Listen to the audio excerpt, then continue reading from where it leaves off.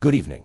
I'm John Brown, with News Now, bringing you a developing story from Minneapolis, where yet another tragic mass shooting has occurred. Early Saturday morning, gunfire erupted near the intersection of Hennepin Avenue and 5th Street, leaving 2 people dead and 3 others injured. Minneapolis Police Chief Brian O'Hara confirmed that officers were already on the scene, responding to a reported altercation when they heard gunshots. Rushing toward the chaos, they discovered 5 victims suffering from gunshot wounds. 2 adult males were transported to a local hospital, but sadly succumbed to their injuries. Meanwhile, 2 juvenile females and 1 adult female were treated for non-life-threatening injuries. Authorities have taken 1 suspect into custody, though no names have been released, as the investigation continues. 1:56 this morning, we had a group of individuals engaging in fights down here at 5th and Hennepin.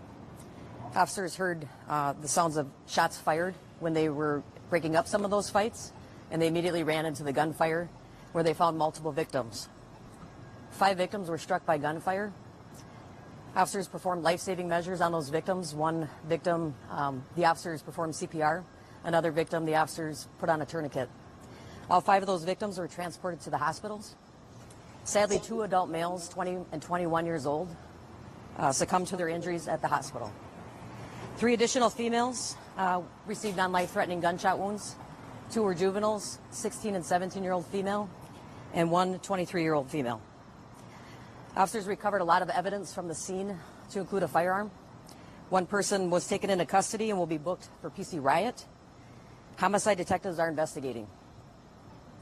5 families had their lives changed last night, and our hearts go out to them.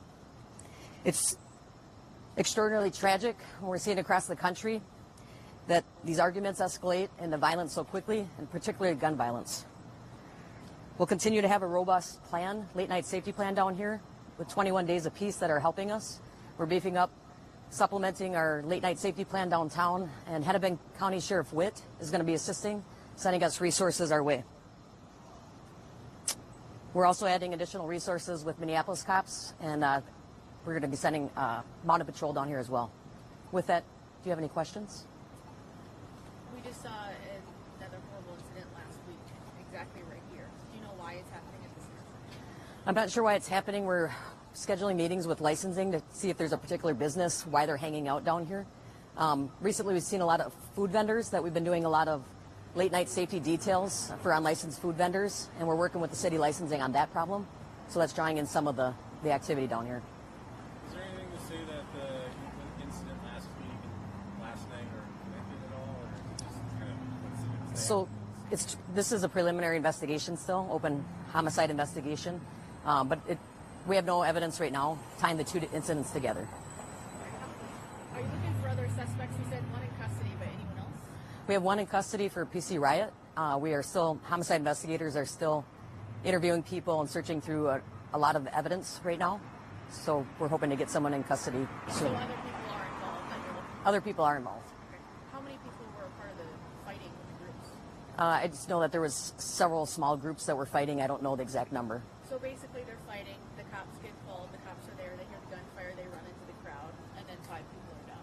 Yes, they're responding to multiple little fights that broke out, and that's where they heard gunfire and immediately ran to the gunfire and found the 5 victims and recovered the firearm.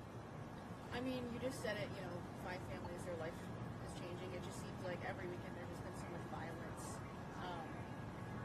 Are you exhausted with this?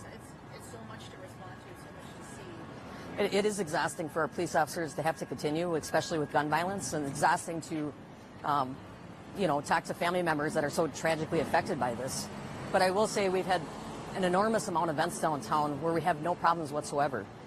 With our late night safety plan, we continue to have it down here because of these small, isolated events, not small, it's tragic, isolated events where this arguments break out into gunfire or violence.